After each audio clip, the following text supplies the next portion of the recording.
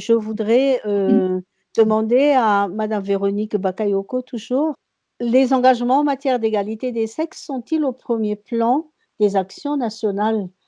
Au plan national, il y a vraiment une grande volonté politique qui s'est manifestée d'abord par la loi, hein, le fait d'avoir voté une loi, la politique de scolarisation obligatoire, qui fait obligation scolaire à tous les enfants, filles et garçons, hein, d'accéder à l'école et que l'État mette tout à disposition, que ce soit les infrastructures et autres, les enseignants et autres, pour que ces enfants puissent bénéficier de l'éducation.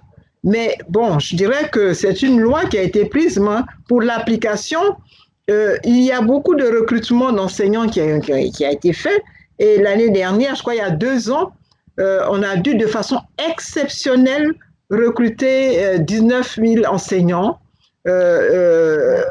Enseignants au préscolaire, disons au primaire, au secondaire, pour vraiment combler le gap hein, d'enseignants. Je crois, j'ai dit 1900, je crois, enseignants plutôt, c'est pas 19 000, enseignants qui ont été recrutés de façon exceptionnelle.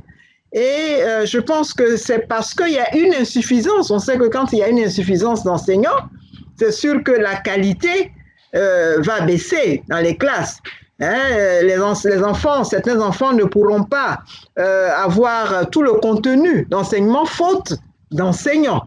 Hein. Donc ça, c'est un vrai problème. Et l'autre décision vraiment importante, je vous ai dit, c'est d'avoir créé une direction et surtout d'avoir adopté une politique genre, la question. À tout ceci est associé également disons, une commission interministérielle pour la formation des enseignants. Et également, il y a le SIGE, c'est le système intégré de la gestion hein, pour l'éducation. Et je pense que toutes ces décisions qui sont, disons, basées, disons bien, qui ont permis hein, la mise en place de ces plateformes, constituent des socles importants pour que les enseignants hein, soient bien formés, qu'on mette à disposition hein, tous ces enseignants qui sont formés comme il faut. Donc, comme c'est une question transversale, si vous voulez, multisectorielle, hein, je voudrais dire, multisectorielle, il faut bien recruter les enseignants, mais il faut que la fonction publique puisse, disons, lancer les concours de recrutement. Il faut que ces enseignants soient formés dans les écoles de formation initiale. Il faut que le budget de l'État soit conséquent pour pouvoir recruter tous ces enseignants. Donc, ces plateformes interministérielles hein, qui permettent à tous de poser les problèmes et de pouvoir les résoudre ensemble. Et moi, je pense que c'est vraiment une bonne volonté et ce sont des éléments forts qui permettent de gérer ces situations, des questions de formation, des questions de qualité hein, des enseignements. Je voudrais dire aussi que concernant la qualité de l'enseignement, il faut dire que souvent les nombreuses grèves, les arrêts hein, des enseignements sont aussi à la base hein, de la faiblesse de la qualité de l'enseignement. L'enfant qui passe régulièrement hein, dans les classes supérieures sans avoir eu tout le contenu nécessaire à cause des grèves intempestives, je pense que ça réduit énormément la qualité des enseignements que l'enfant a reçus, non seulement le contenu, mais c'est sûr que ce n'est pas fait comme il se doit. Madame Ouedraogo, est-ce que les engagements en matière d'égalité des genres sont au premier plan des actions du gouvernement burkinabé? Je dois dire que oui.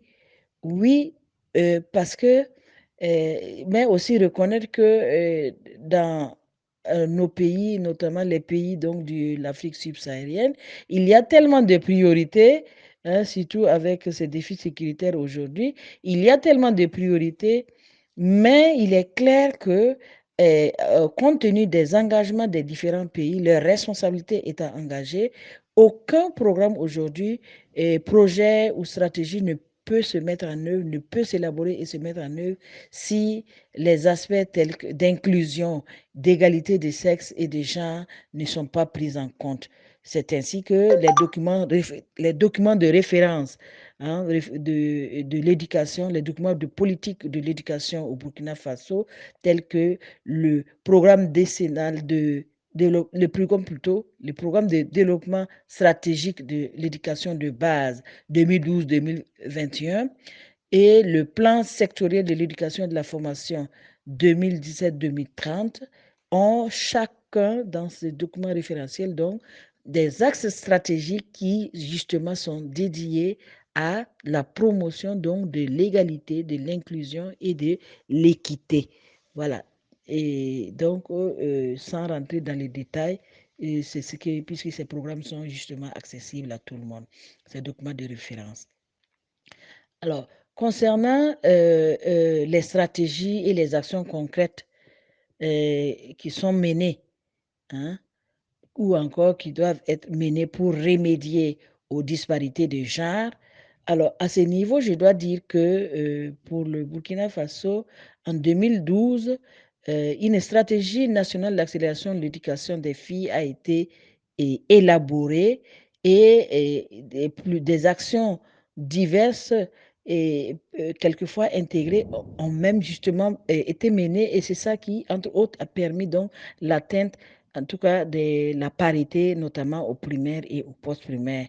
Et donc, les actions concrètes qui sont menées, c'est des actions de développement de, de, de stratégie, donc de communication pour le changement de comportement, hein, la mobilisation sociale pour l'éducation des filles, la mobilisation sociale, le développement de plans intégrés de communication, la mise en œuvre de mesures incitatives à l'éducation des filles, telles que, par exemple, des soutiens à l'accès hein, pour soutenir les ménages qui sont souvent à moyens faibles, le soutien à la rétention scolaire à travers donc l'octroi de bourses, hein, l'octroi de fournitures scolaires, l'appui à l'hébergement, l'appui à la cantine, restauration,